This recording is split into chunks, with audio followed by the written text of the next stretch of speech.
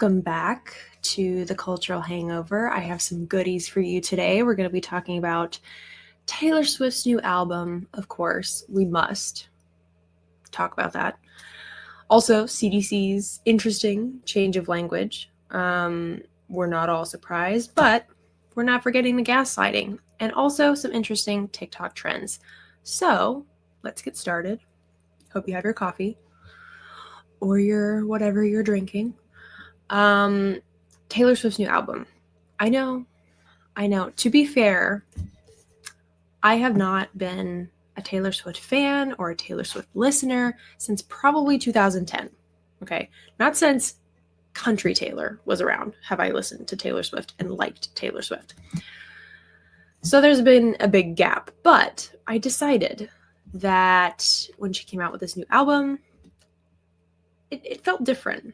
I was like, you know what? I'm going to listen to this album and just take it in. Something seems different about this one. And boy, was I right, because this album it actually slaps, you guys. Like, this is a really good album. And again, not a Swiftie, haven't been for a long time. But the reason that I like this album, apart from the writing change, I feel like a lot of her stuff for the last 10 years or so has been just not good writing, to be honest. I didn't listen to Folklore, so I will say that, but the more trendy songs, the songs you hear on the radio, the songs that are extremely overplayed, the poetry that she used to have, the good writing just wasn't there for me.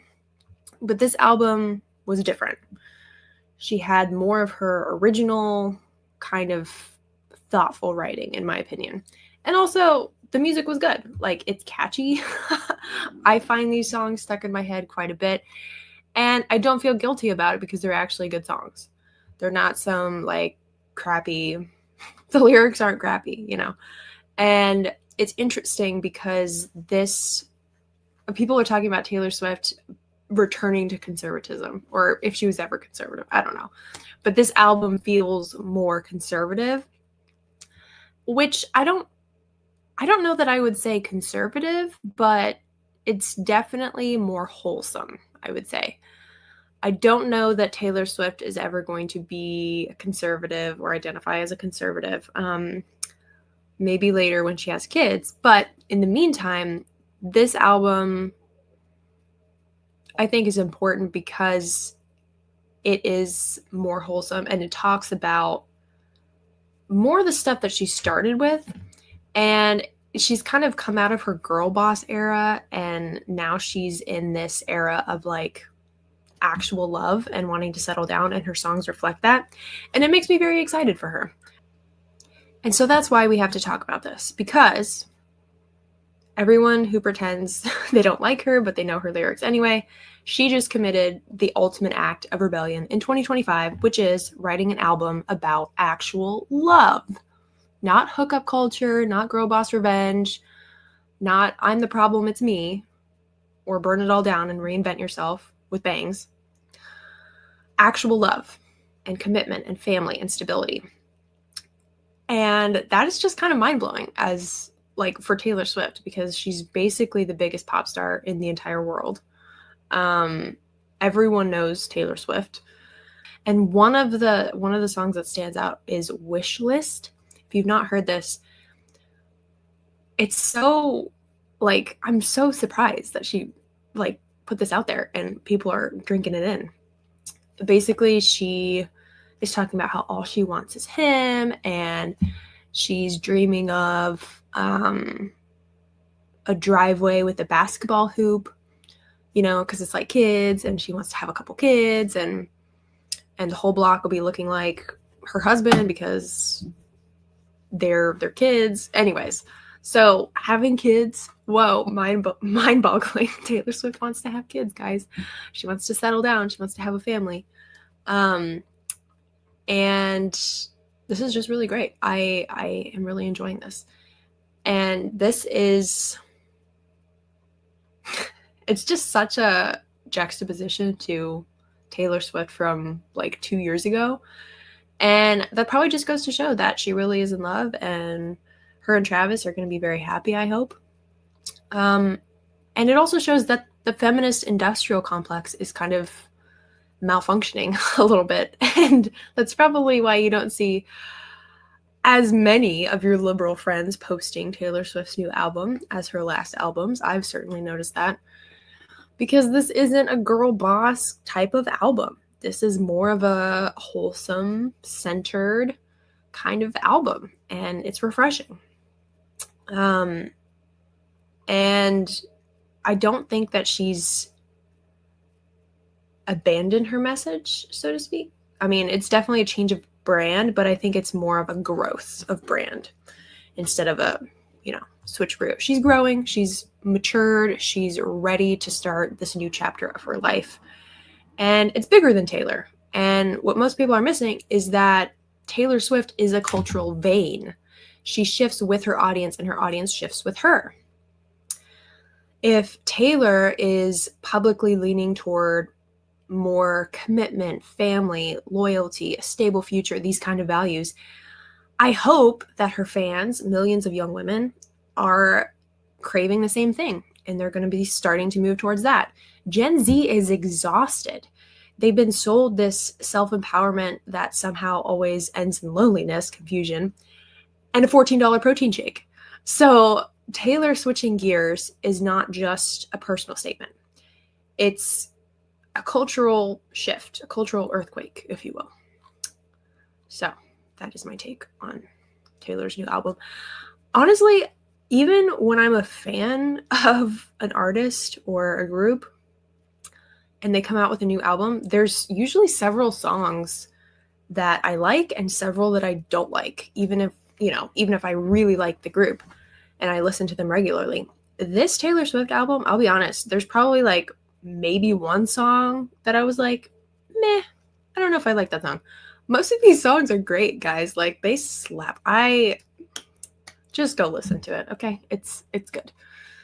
So let's switch gears a little bit here. The gaslighting is just off the charts. The CDC, if you haven't seen it, quietly changed its autism language, and they hoped you wouldn't notice. And this story is exactly the kind of cultural headache that elites hope you just sleep through and no one notices. So the CDC, the same agency, of course, that lectured America for years about trusting the science, has now quietly edited their website. And what did they change? Only the sentence that they've been beating us over the head with for 2 decades. Vaccines do not cause autism. Gone. Edited, softened, rewritten. It's like, is this revision day of a high school essay?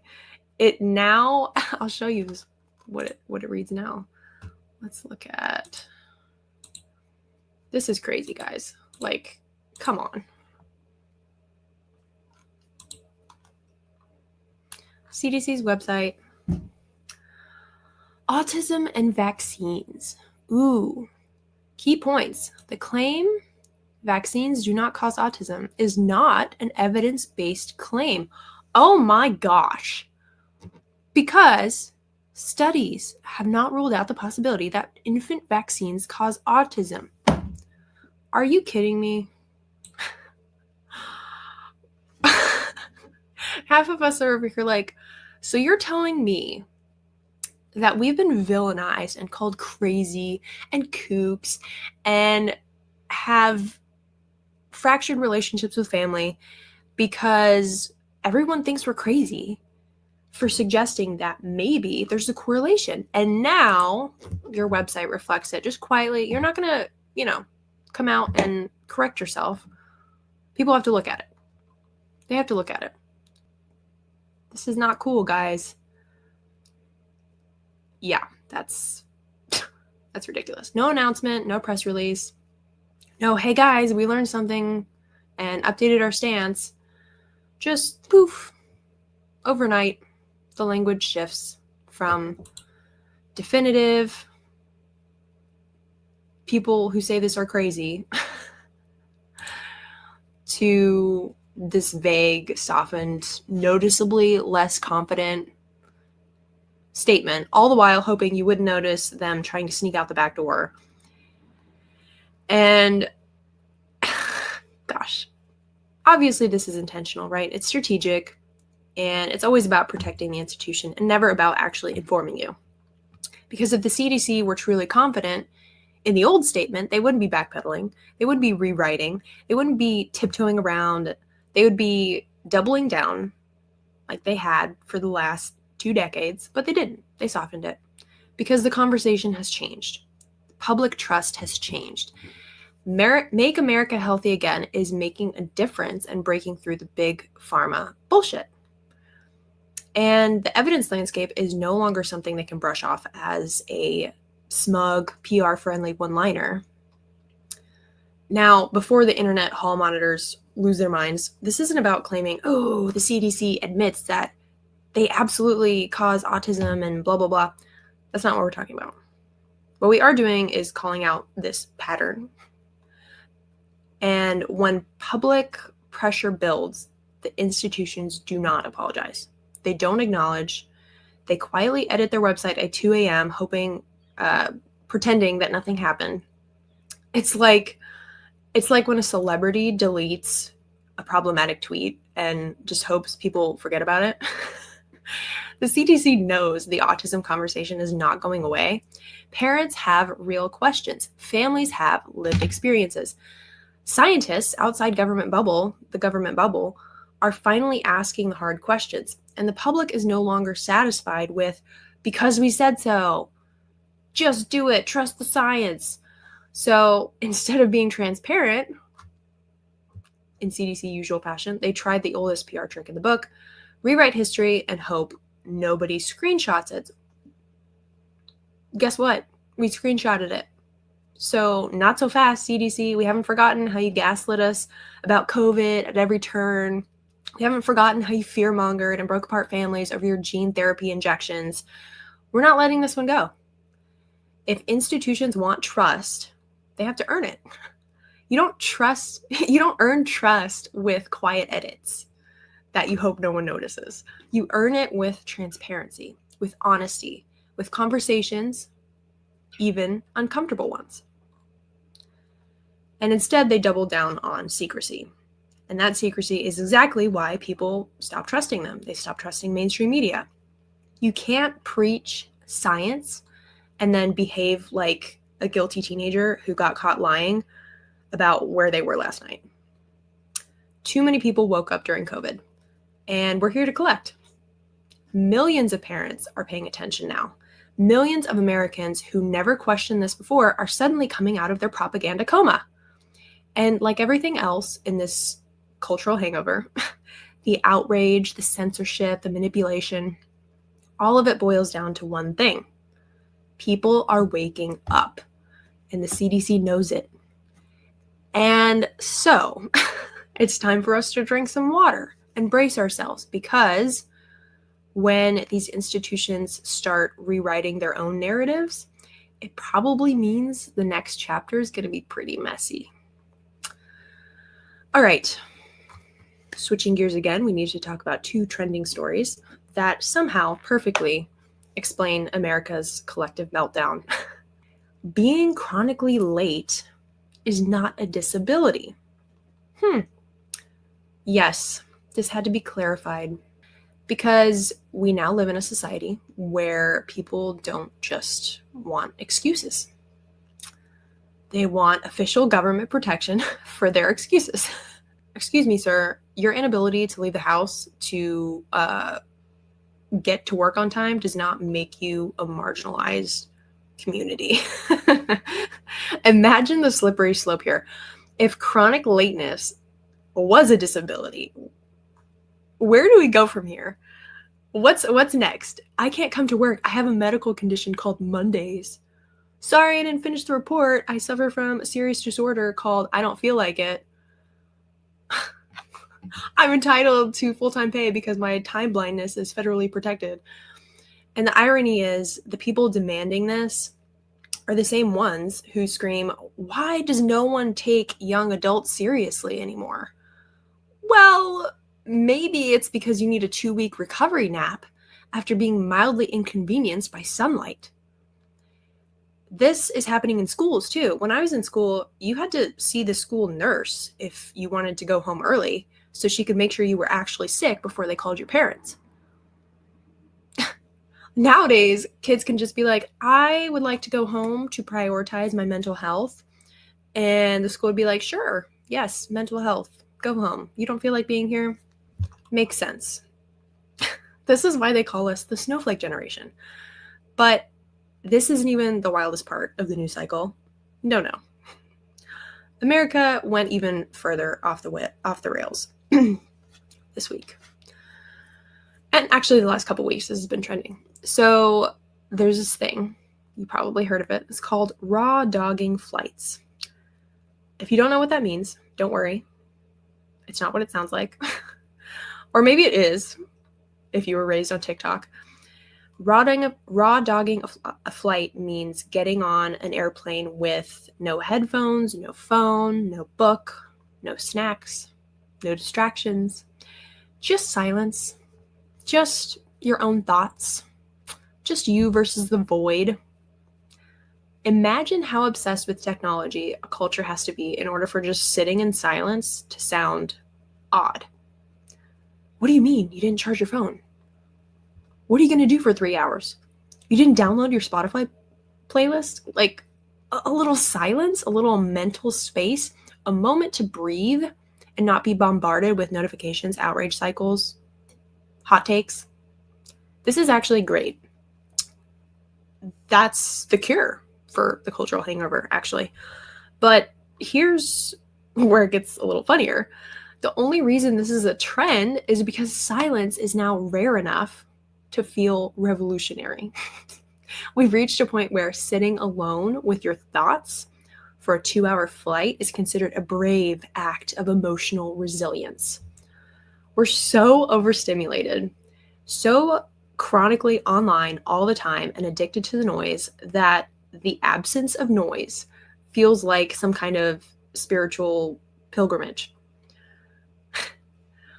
Raw dogging flight is basically the 2025 version of go touch grass. Imagine telling your grandparents, "Today, people sit on a plane quietly, and it's like a trend to sit quietly on a plane." And they're like, yeah, that used to be called Tuesday. But today, silence is a novelty because we're never, ever, ever just alone with our own thoughts.